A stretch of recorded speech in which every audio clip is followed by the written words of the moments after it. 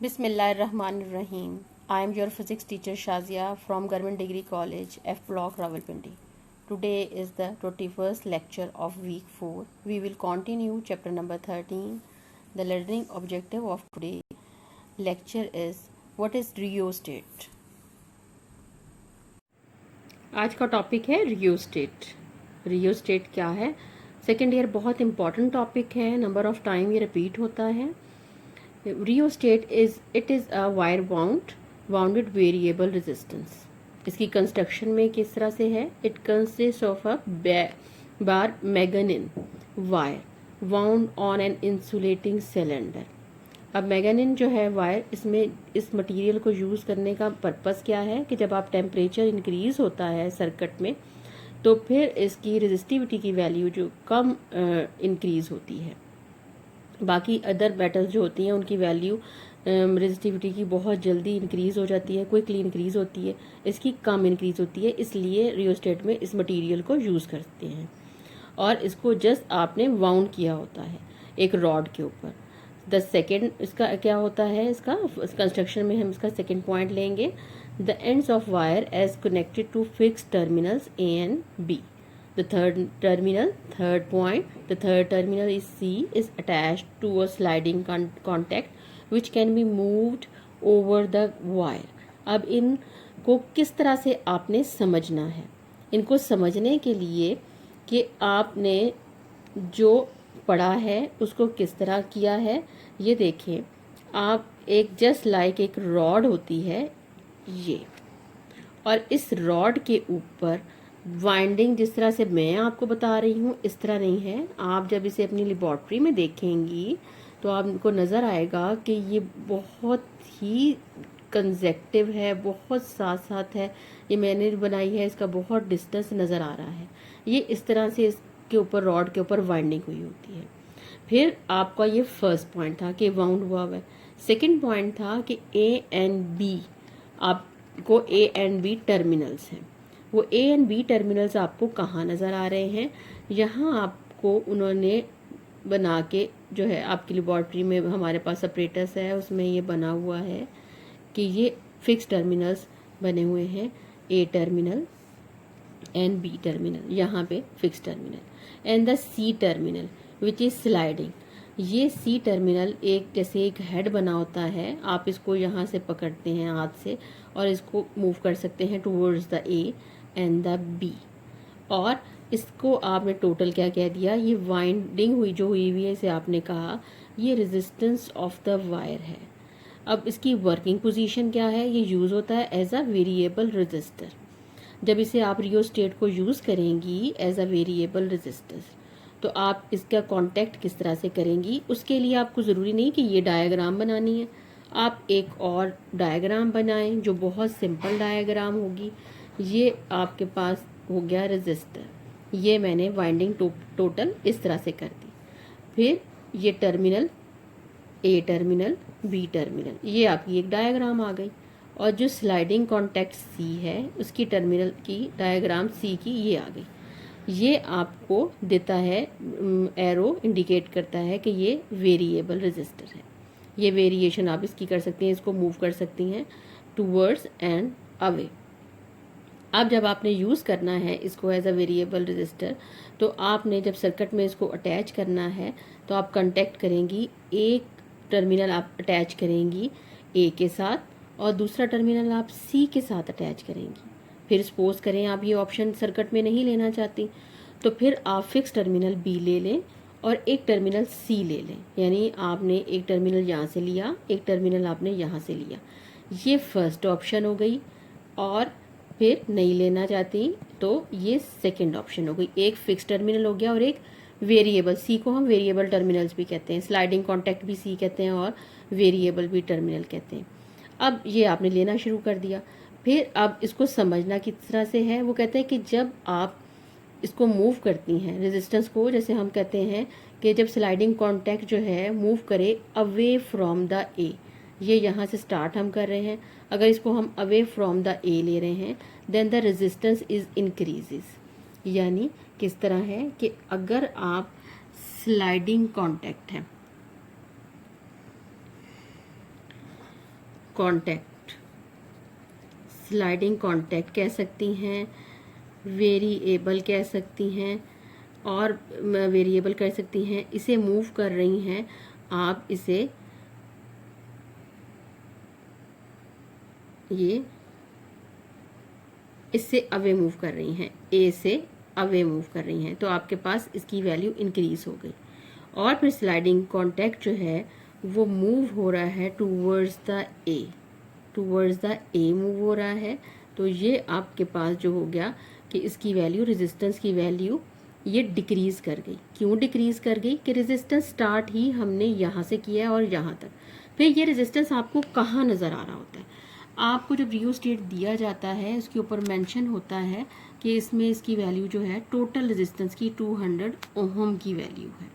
ये अब आपने इसे यूज़ कर लिया फर्स्ट मेथड कि एज अ वेरिएबल रेजिस्टेंस आपने इसे यूज़ कर लिया, मगर इसमें आपने इस चीज़ को याद रखना है कि आप मूव कर रही हैं away from the A, then the resistance increases, और जब मूव कर रही हैं टूवर्ड्स द ए तो रेजिस्टेंस की वैल्यू जो है वो डिक्रीज कर रही है। अब आपने यूज़ करना है रियोस्टेट को, रियोस्टेट को यूज़ करती हैं। तो जब रियोस्टेट को यूज़ करती हैं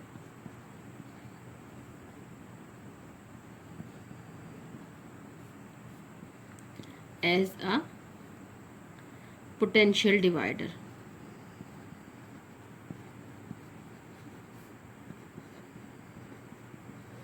तो फिर आपने एक डायग्राम बनानी है। यहाँ से आप ये जो है, यहाँ से आपका एक शॉर्ट आंसर क्वेश्चन स्टार्ट हो जाता है। ये देखें, आपने शॉर्ट आंसर क्वेश्चन में डायग्राम ज़रूर बनानी है। ये मैंने कैपिटल आर बना दिया, टोटल रेजिस्टेंस बना दिया, ये टोटल रेजिस्टेंस मैंने कैपिटल आर बना दिया ये, और ये terminal A and B terminal बना दिए, और इसके ये यहाँ पे ए और बी टर्मिनल बना देती हूँ जो मैंने फिक्स टर्मिनल आपको बताए थे। अब आपने इसको अटैच कर दिया विद द पोटेंशियल डिफरेंस, ये जो मैंने आपको उस दिन भी बताया था, आप plus negative plus negative plus negative, ये आपने इस तरह से अगर बैटरी बनाती हैं तो ये आपको वेरिएबल बैटरी देती है, ये नेगेटिव साइन और पॉजिटिव साइन। अब potential difference V is applied in the circuit, ये पोटेंशियल डिफरेंस अप्लाई हो गया V का इक्वल। अब V के इक्वल जब अप्लाई हो गया तो आपके पास sliding contact C, sliding contact C आपने यहाँ बना दिया, sliding contact C which give the potential difference. ये देखें potential difference between the B and C, ये C है, ये पॉइंट जहाँ से टच किया, और ये पॉइंट B है। ये आपको B और C में पोटेंशियल डिफरेंस की वैल्यू आप B C से इंडिकेट कर रही हैं। टोटल रेजिस्टेंस होगा कैपिटल R। यहाँ जैसे ही आप इसको टच करेंगी इस पॉइंट पे तो ये आपको स्मॉल रेजिस्टेंस देगा, या ज़ाहिर इसने भी कोई वैल्यू आपको देनी है रेजिस्टेंस की कि करंट इसमें से पास कर रहा है, तो उसमें आप उसने कहा कि ये वैल्यू जो होगी वो स्मॉल रेजिस्टेंस की होगी। If the potential difference is applied across the two fix terminal A and B of the rheostat, then current flowing through is according to the ohm law. Current जो flow कर रहा है V over R के equal, V over R आपने इस तरह से लिख दिया। Then the potential difference, potential difference आपने VBC से इसको इंडिकेट किया हुआ था, उसमें से भी करंट की वैल्यू जो है मूव कर रही है, फ्लो कर रही है, I की वैल्यू आ गई, R की वैल्यू आ गई। हमने पोटेंशियल डिफरेंस की वैल्यू फाइंड आउट करनी है, इसलिए फाइंड आउट करनी है कि हम पढ़ रहे हैं rheostat as a potential divider. Current की वैल्यू आप लगा दें सेकेंड ईयर, करंट की वैल्यू लगा दी स्मॉल r, इस तरह से इसकी वैल्यू लगा दी। इस इक्वेशन को जस्ट अरेंज कर रही हूँ, ये वैल्यू जो है V के इक्वल आ गई। इक्वेशन में आप वैल्यू देखें कि VBC is equal to R small r, जो आपके पास स्मॉल वैल्यू आई है जिसकी रेजिस्टेंस आपने C पे वेरिएबल रेजिस्टेंस ने उसको टच किया है, कॉन्टैक्ट स्लाइडिंग कॉन्टैक्ट ने C ने टच किया है, R ओवर R की वैल्यू आ गई और ये V की वैल्यू आ गई। Potential difference can be varied from 0 to V, यानी उसने कहा हम उसको 0 टू V ले सकते हैं।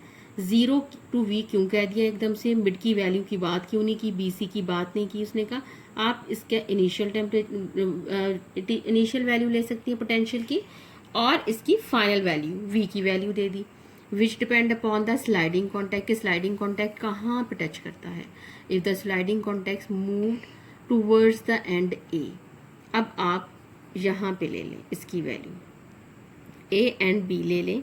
वो कहता है स्लाइडिंग कॉन्टैक्ट अगर मूव कर रहा है, डायग्राम मैंने इस तरह से बना दी है, स्लाइडिंग कॉन्टैक्ट इस तरफ मूव कर रहा है टूवर्ड्स द ए, तो then the length and the hence the resistance of the portion of the wire is increases which increase the VBC। जब आप इस तरफ मूव कर रही हैं तो इट मीन्स कि V की वैल्यू जो है वो इंक्रीज करेगी। आपकी बुक की एक लाइन मैंने सेंटेंस बोला है, ये इंक्रीज कर रहा है।